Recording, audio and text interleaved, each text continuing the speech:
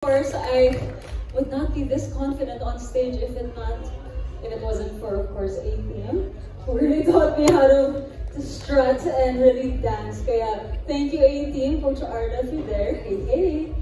Actually, dami ko kailangan pasalamatan. Of course, my glam team, I wouldn't look like this if it weren't for my glam team, my styling team, and everyone who makes this possible. It takes a village to create all of this. So, to everyone that was part of it, maraming salamat po.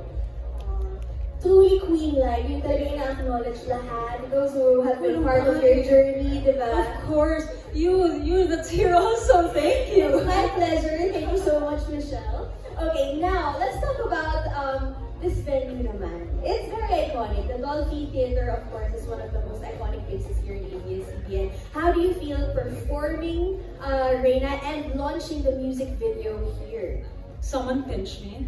Someone pinched me. I think the last time I was here was when my mom did something here when I was this high pa lang. Wow. Hindi pa ako towering, splendid with my long legs, but it feels like a full circle moment for me because of course I take so much inspiration from my mom and I've learned so much from her. Kaya to be in this iconic theater, the Dolphy Theater, grabe. It's a milestone mark for my career, of course. Thank you. We're so happy to have you here as well, Michelle. Now, syempre, many people know you as this beauty queen. So, from the pageant stage to the music scene, did you ever imagine yourself becoming a recording artist? Yes! Really? Yes, I did. For those that don't know, I was in theater growing up. My first play as a freshman was actually Wicked. And I played Prince Fiyero. I played Fiyero. I also did Ariel. I don't know ulit yun. Oh my gosh. Little Mermaid. Yun. Ariel. And I was active in the Glee Club. I was in the choir. So lahat ng masses in school, ako po gumaga. I mean, like, I was part of that. It's just mas na-highlight lang talaga yung pagiging adrenaline junkie ko, being part of the varsity. Of course, when I started my career, I started with acting, and when you're a beauty queen, of course, you're not fighting for yourself or your career, you're fighting for the country. It's not a selfish battle, it's a battle for the country. And it was after Miss Universe that felt like it was the right time to finally expose a side of me that I've been itching to do. Alam ng mga MMDvers here that I communicate with them through songs. They're so good at deciphering like what I'm trying to say. And kaya, like, iba rin talaga yung relationship ko with my fans because they're not just fans of my family din. Oh, wow. Grabe. Overflowing. Cute ng Reyna. Palaman talaga yan, no? Meron silang LED, meron silang, ano bang tawag dun sa bobblehead, no? Bobblehead ng ating art. Tsaka may Reyna na nakalagay. Thank you for all the effort, yes guys, for today. Okay, now, ang dami mong sinurprise dun sa yung live performance, Michelle. Kasi nga akala nila music video launch lang, tapos biglang may live performance. But right now, we actually have a surprise naman for you. It's a little surprise, yes. Okay, so you've been owning every stage, and just like a hit song, you keep climbing, charting new milestones, and inspiring more people with each move. So before we continue with the rest of the program, let's take a moment to celebrate just how far you have come. Ladies and gentlemen, let's take a look back at how Reyna made its mark and the milestones Michelle has achieved since its release. Let's all watch this. Sana lahat tayo may 1 million sa bulsa natin. My gosh! Nakakataba po talaga ng puso because, you know, we made together with Star Music and of course GMA. When we came together to create a song, our objective was really straight. It was clear. This is for every single queen, whether you're a woman, man, or anything in between. It's for you to find your strength, to be who you are. And this is just a product of so many people being able to relate to that. Kaya marami pa pong kailangan abangan.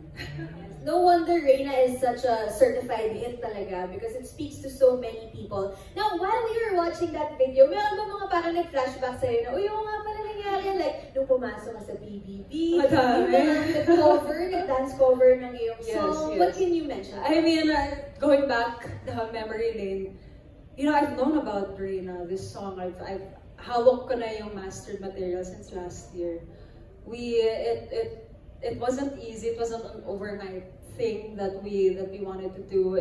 We knew how much this might mean to people, how it's marking like my whole career. It's like summing it up because di naman po ako nakilala kasi nanalo sa Miss Universe. It's because I actually came home na hindi dala ang corona but was celebrated because everyone saw the hard work, the blood, the sweat, the tears, and mas maraming ang natatalo sa buhay kaysa sa nananalo. And that's why it's a very, very powerful song that, of course, we package in a way that's so empowering that you shouldn't cry when something bad happens. You should celebrate yourself. You should celebrate the losses, celebrate the wins. And ito yung mangyayari sa inyo. Pero it wasn't ang dami nangyari kasi, you know, from conceptualizing it, and I took a very active role behind the scenes, not just as the talent, but also as the creative. So it was very collaborative between me, ABS, and GMA. And I'm so proud of my team Personify that produced the first music video that you saw. And I'm so excited for all of you to see it because this one is really dedicated to all of you, specifically for this month, specifically for the community that really screams loud and proud for our pride. Kaya this one is really for them. Marami pa pong tayong pagdadaanan. I'm just glad we're off to a great start. We are, yes. We really do love MMD. And now that you've mentioned it, na meron ng special version, let's talk about that. So later on, we are gonna let you watch the whole music video for the first time. Pero bukas pa talaga yung launch niya, okay? June 26, 7 p.m. So tomorrow, 7 p.m. But because, you know, this day is full of surprises, you are gonna be the first ones to see Reyna music video Pride version. But before we play it, syempre pag-usapan muna natin. Of course. Okay, so chika muna tayo. Yeah, so para alam natin what to expect, ano bang aabangan, tsaka parang mas may meaning yung music video pag pinanood natin. So let's talk about the reason behind the Pride version. So this is a special version of the Reyna music video, specifically created to celebrate Pride Month. I only came out, I think, around 2023 after I won Miss Universe Philippines.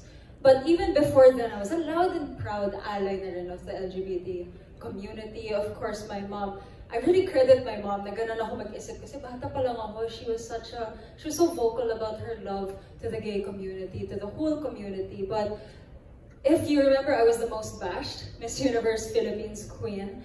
And it was because they were trying to take that against me. My identity against me. And when I came out, I finally mustered up the strength to come out because I didn't want to come out in competition. My fight wasn't about that. Of course, I advocate for autism awareness, and I just knew, knowing the pageant community, that if I came out in competition, everything else that I was fighting for might have been clouded. But everything happens for a reason because it's when I came out after.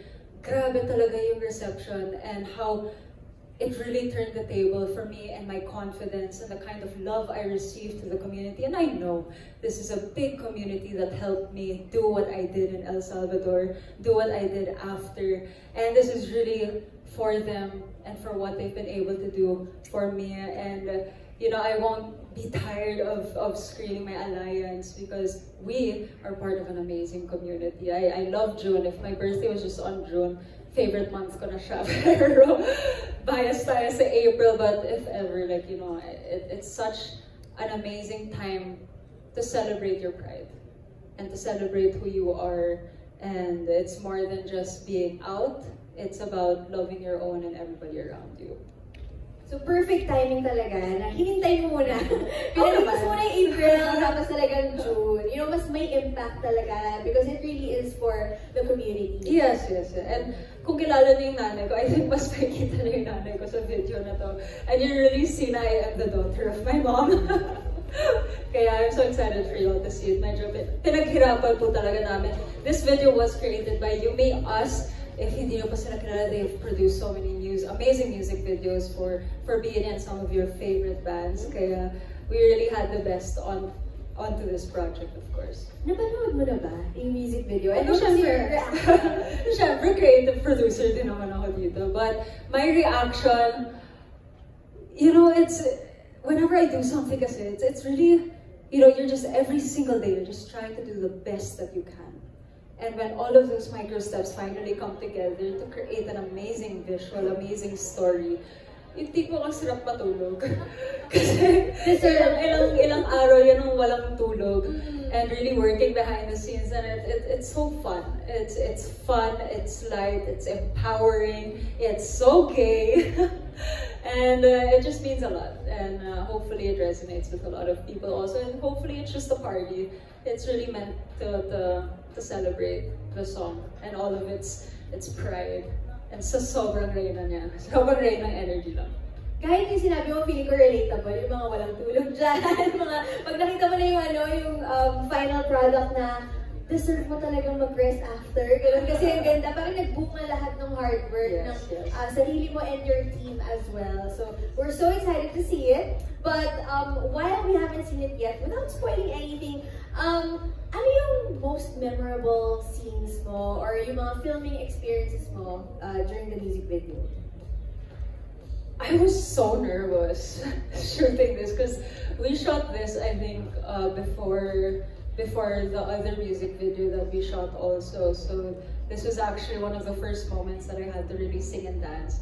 So I do have so much pride for what I was able to do here. But syempre, on a different note naman, you know, always sharing the same stage as my mom is always such a memorable thing for me. But may cameo role ako here in this video, and hindi siya tao.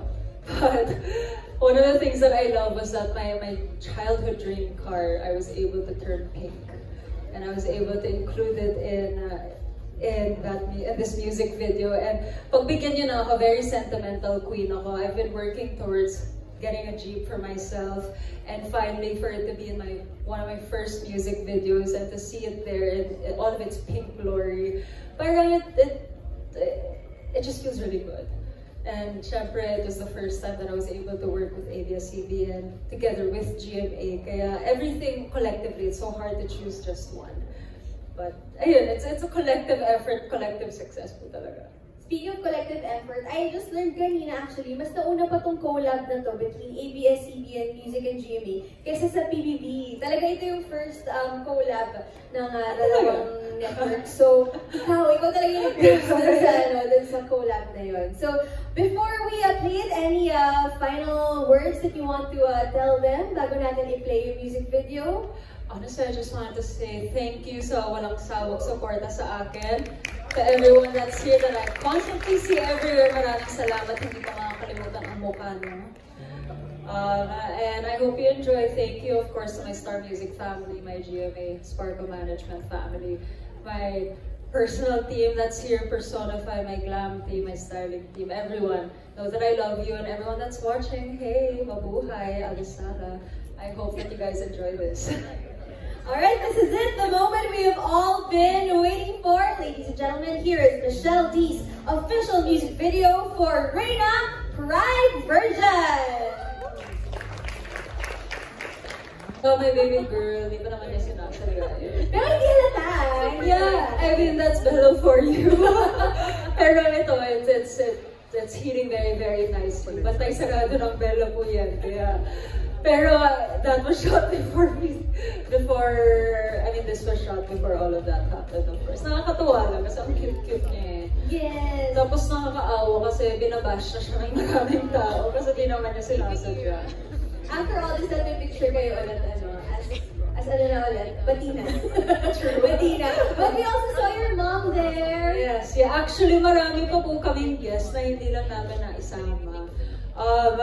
So of course, sometimes you have to make a creative decision and repurpose that material para it's given a better highlight. So marami pa po kayong aabangan na edit downs here for me to show kung sino mga yun. So mga 5 yun na hindi nasama sa final edit. Nanay ko lang tsaka yung aso ko yung pumasa sa final casting. Abangan po natin yan. That will be out again tomorrow 7 p.m. sa YouTube channel of ABS-CBN Star Music. At ngayon naman, sigurado kung marami pa tayong gustong malaman from Michelle and the Reyna music video. So we're gonna be opening the floor to our friends from the media to ask their questions. Okay, so are we ready? Let's start with our first friend from the media. We have Sir Chris Ramos Jr. of One Music PH. Nakita ko na siya kanina. There! Hi, ma'am. Hello po. Hi. So, first question. How do you react now to lesser corporate, na lesser corporate backing now, and yung visibility and buzz that surrounds Pride Month? Do you take it as a relief, kind of a relief na wala na yung bandwagon and all that? And or do you see this as a challenge that there's still a lot to like, there's still a lot to do, there's still a lot of work to be done? I will agree that there is a lot of work to be done pa rin. Of course, malayo nang narating natin this community, pero mas malayo pa ang pwedeng marating. Am I affected that there is less corporate backing to the community? I actually haven't noticed, because this community isn't driven by corporations. It's driven by the community. With or without them, we will thrive. And we will make our mark as loud and as proud as possible. Kaya it's okay if there's less corporate backing. Nasa tama naman yung puso natin lahat, di ba? And also, could we expect more music from you in the future? Like even other songs na hindi about that's more like deep personal songs, or even songs na fun, happy songs. Actually, hindi po. Ito lang po yung only kanta ko. Hindi, ito lang po yung only kanta ko, tapos na. No, of course, marami pa pong aabangan. There's actually a whole album that's already in preparation. Some of them are already recorded. It's just the matter of releasing it at the right time. Pero marami pa po kayong aabangan, a lot of genres. I'm actually very, very excited for the more sensual songs that we're going to release, and some anthemic also, taking inspiration from a lot of my idols and what matters to me. Of course, this was dedicated specifically to all of you, to everyone that helped me along my journey, to everyone that can relate to that journey. Pero marami pa po, mahaba pa po ang buhay nating lahat. So tuloy-tuloy po yan, kasi music is forever. Hi, thank you. Thank you, Sir Chris Ramos of One Music. Pero sundating ko na rin yun, Sir Chris mentioned na, you mentioned na you also take inspiration from your idols. May we know, like, sino yung mga idols mo in the music industry? Local or international? Both! Sige. I mean, of course, number one dyan, I would love to be able to collaborate with Casey Tantingan. I would love to collaborate with my girls from the Beanie Group. And you know, I do appreciate SB19's newest album as well. Kaya, you know, for local artists, andyan din si Juan Carlos. Ay, nako, marami po talaga. And, you know, I love how they're able to communicate their feelings and emotions to their fans and their experiences through song and art. Pero if we're gonna think big, of course, andyan si Beyonce, si Justin Bieber, si Sean. Fangirl din naman si Mitate. Ay, hindi pala si Mitate, maling. Si Tay-Tay, Taylor Swift. Pero subtle plug pala. Pero, you know, sky's the limit. Sky's the limit, and a lot of collaborations are on the way. We're excited for that. Okay, now let's go to our next question. From Stars Kotog, Sir Alan Sancon. Alan, ayun. Can we hand him the microphone, please? There you go. Hello, congratulations, Michelle. Thank you po. Nakaka-LSS yung song. Pwede gamitin sa pageant, di ba? Oo naman. Dapat it was released specifically before pageant season, para with the hopes na magagamit po talaga siya sa pageant stage. So congratulations. Nag-start naman yung lahat ng to because you are crowned as Miss Universe Philippines ng 2023. We're just curious kung, and you want to share with us yung mga memorable experiences mo, some like yung mga funny or memorable thing happened to you during the pageant, especially siguro yung competing internationally. Internationally? Actually, grabe, the success naman kasi po talaga ng 2023 year ko. is the accumulation of the experiences that I experienced in my first 2 pageants. Of course, I represented the Philippines as a Miss World, so that was a national and international competition. I joined again Miss Universe 22, and I won first runner-up. 23 was when I said, you know, 3rd time's a charm, what am I doing wrong? And I really had to look inside and see what was going on, and that was because hindi ako nagpapakatotoo sa sarili ko. Hindi ako nagpapakatotoo kung ano talaga yung kaya kong gawin sustainably. Dati kasi, somewhere nagko-conform lang ako kung ano yung iniisip kong bagay, kung ano yung iniisip kong gusto nung makita ng mga tao. Pero it's really owning that individuality that really brought my success. Pero with that, there's also purity of intentions. Kasi kapag maraming lumilipad na masyadong competitive, sometimes you have to realize na you're there, not in competition with all of these girls, but with yourself. Kalaban mo sarili mo, kalaban mo yung performance mo. Kung anong gawin ng ibang babae on stage, hindi mo na yun dapat problema. And it's that realization that just allowed me to have fun. One of the best advices that Pia Wurtzbach gave me was, once you get there, just have fun. Because the whole world will feel you having fun. And it just being so authentic. And that's what I did. I made friends with everyone. I had such a great relationship with my co-candidates, my co-delegates. And I think the whole world felt that. I was just enjoying my journey all throughout. And I came in 200% prepared. Kudos to my Miss Universe team. Now, I did not have backup options. Like I know a lot of us fly with backups, thinking something might go wrong, but I had full confidence in my team and my designers, my creatives back home, and the organizations na kaya na nilang dalhin yung quality, the quality ng Pilipinas. So I only flew with 2 perfect gowns with the exact amount of outfits. And of course, a little extra because alam naman natin na we had to go somewhere else after El Salvador. Pero it was a perfect journey with the perfect core group and the perfect people helping me achieve that vision. Kasi alam naman naming lahat, it's not a vision for Michelle D. It's the vision of the Philippines. We were going for the 5th crown. And it was a laban na sinigaw ng buong Pilipinas, and we really shook the universe when what happened. And because it happened, here we are, we have a song. What better way to make your mark than to sing about it? Thank you, Michelle. Yung second question to is, for you, what is the meaning of Reyna? At ano yung gusto mong iparating dun sa mga LGBT community about this song? I mean, hindi lang to para sa mga Reyna ha, kasi pwede ka maging Reyna kahit hindi ka babae. Of course, it's so much deeper than that. And when you listen to the lyrics, if you translate it in English, it's like you have been bashed, you have been insulted, criticized all throughout your life. And it's really your lakas loob, your confidence that is your true crown. Lakas loob ang aking corona. Hindi pagpapanalo ang aking corona. Lakas ng loob, and that means you can do that in anything you do within your life. Kaya, sobrang Reyna ka dyan, sobrang Reyna ka dyan. Kapag kunwari na nag-graduate ka lang, we got promoted, you mastered a new skill, nakaka-Reyna talaga, because all of that, you will only discover if you had the courage to try something new. So parang ganun lang naman. Thank you, Michelle. Congratulations. Thank you so. So, importante yung lakas ng loob. And sa chorus ng kantang to. Alam niyo,